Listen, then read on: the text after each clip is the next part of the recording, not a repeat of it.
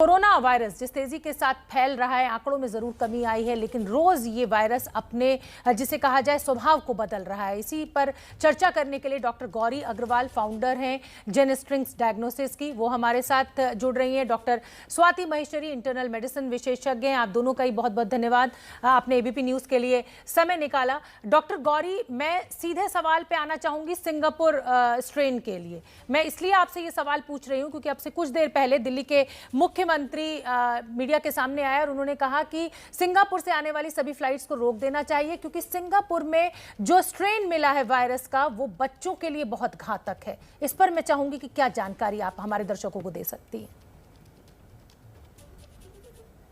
जो सिंगापुर का जो स्ट्रेन आया है वो एक्चुअली हमारे लिए थोड़ा सा हार्मफुल हो सकता है।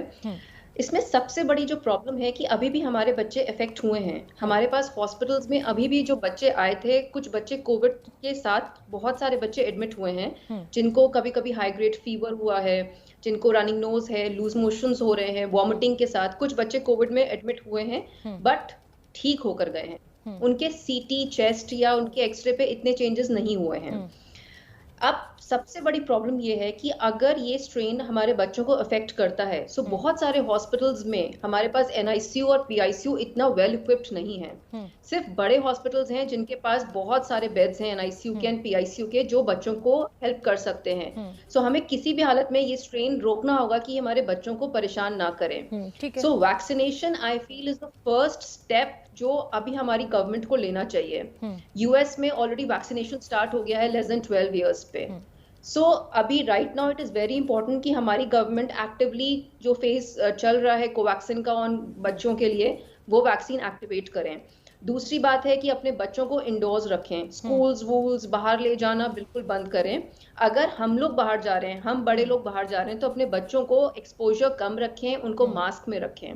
बिकॉज सबसे इंपॉर्टेंट चीज है, बच्चों को अगर कोविड होता है तो वो हमसे ही होगा। बिल्कुल। सो मोस्ट इंपॉर्टेंट थिंग, अपने बच्चों को इंडोर्स रखें और वैक्सीनेशन प्रोग्राम ऑन रखें। ठीक है डॉक्टर स्वाति, सिंगापुर में ये जो नया स्ट्रेन फैल रहा है, भारत में रोकने के लिए अब हमें क्या एहतियाती कदम उठाने की जरूरत है इस समय? देखिए शुभना, सबसे पहली बात तो ये है कि अभी तक जो जानकारी सिंगापुर की तरफ से आ रही है उससे बोला जा रहा है कि ये जो स्ट्रेन है ये B1.167 है। ये वो डबल म्यूटेंट है जो इस वक्त भारत में भी माना जा रहा है कि सेकेंड वेव की जो पूरी त्राही हुई है उसके पीछे इसी का सबसे बड़ा हाथ माना जा रहा है। ऐसे में अभी क्योंकि शुरुआती दिन है और हो सकता है कि ये स्ट्रेन में कोई और संशोधन भी हुआ हो जो आने वाले समय में जरूर सिंगापुर से इसके बारे में और जानकारी मिलेगी, क्योंकि वो लोग भी बहुत ज्यादा चिंतित है इस बात को लेकर के कि अब बच्चे ज्यादा प्रभावित हो रहे हैं जिस तरह से उन्होंने अपने देश में देखा है। और जबकि सिंगापुर एक ऐसी कंट्री है जहां वो लोग मॉडर्ना और फाइजर वैक्सीन का इस्तेमाल कर रहे हैं और एक मेरे ख्याल से 1/5 अपनी पॉपुलेशन को वो लोग ऑलरेडी वैक्सीन डबल डोज लगा चुके हैं।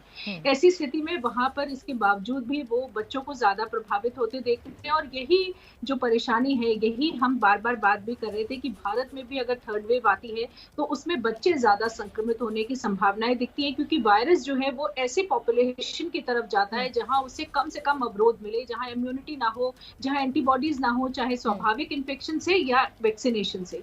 इसीलिए हमारे लिए भी बहुत जरूरी है अभी पहली बात तो ये कि ये इस वायरस के बारे में और ज्यादा जानकारी गैदर करना कि आखिर ये जो वेरिएंट है क्या ये वही वेरिएंट है जो भारत में अभी बहुत ज्यादा प्रचलित हो रहा है या ये कोई नया वेरिएंट है जिसके लिए हमें अब आगाह रहने की जरूरत होगी। और जैसे जैसे अब आप देख रहे हैं कि दिल्ली मुंबई की बात करें तो पॉजिटिविटी रेट कम हो रहा है और जैसे जैसे पॉजिटिविटी रेट कम होगा हम धीरे धीरे लॉकडाउन खोलने की तरफ बढ़ना शुरू हो जाएंगे। तो तब ये स्थितियां जो है हमारे लिए काफी ज्यादा चिंताजनक हो सकती हैं, क्योंकि ऐसी स्थिति में अगर वहां से कोई संक्रमण लेकर के यहाँ आ रहा है तो फिर दोबारा संक्रमण तेजी से फैल सकता है। इसलिए कुछ शुरुआती कदम उठाने बहुत जरूरी हो जाएंगे, जैसे कि अभी जो है चीफ मिनिस्टर ने बोला भी है कि हमें वहां की फ्लाइट्स को रोकना चाहिए। ये एक अच्छा कदम है और जरूर हमें इसके बारे में मंथन करना चाहिए कि जब तक हमें वहां से पुख्ता जानकारी नहीं मिलती कि ये कौन सा वायरस है, कौन सा स्ट्रेन है, तब तक हमें जरूर जो है इस तरह के एहतियाती कदम उठा लें। बिल्कुल ठीक कह रही है डॉक्टर स्वाति, और हम तो खुद ही इस समय दूसरी लहर से ही जूझ रहे हैं और ऐसे में अगर एक नया म्यूटेंट भारत में आ जाएगा तो और समस्या विकट हो सकती है, और खासतौर पर छोटे बच्चों के। डॉक्टर गौरी, ये कहा जा रहा है कि ये जो सिंगापुर में नया स्ट्रेन आया है बच्चों में ज्यादा फैल रहा है, क्या इसकी एक बड़ी वजह यह है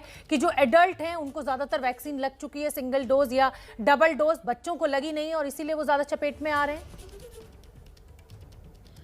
बट ये कहा जा रहा है कि सिंगापुर में जो एक्चुअली डबल डोज भी काफी लोगों को लग गई है। सो जो बच्चे हैं उनको ये कारण हो सकता है कि अफेक्ट हो रहा है क्योंकि उनको सारी डोजेस नहीं लगी हैं। सेकंड, सिंस वायरस रेप्लिकेट करता है, ये म्यूटेशंस होते ही रहते हैं। सो हो सकता है कि with the new mutation it is affecting children मोर। हो सकता है ये बच्चों को ज्यादा अफेक्ट कर रहा हो न्यू म्यूटेशन। सो इसके लिए तो पता करने के लिए कि नया स्ट्रेन है कि नहीं, जीनोम सीक्वेंसिंग करके नए वायरस का स्ट्रेन पता करना बहुत जरूरी है। बिल्कुल, इसका मतलब अभी से काम करना शुरू कर देना चाहिए। बिल्कुल ठीक है, मेरे पास वक्त कम है। डॉक्टर स्वाति, मैं आपकी भी टिप्पणी चाहूंगी कि अगर बच्चों को भी, छोटे बच्चों को भी कोरोना होता है तो क्या वो सेम प्रोटोकॉल रहेगी उपचार में जो बड़ों के साथ होती है? छोटा सा जवाब।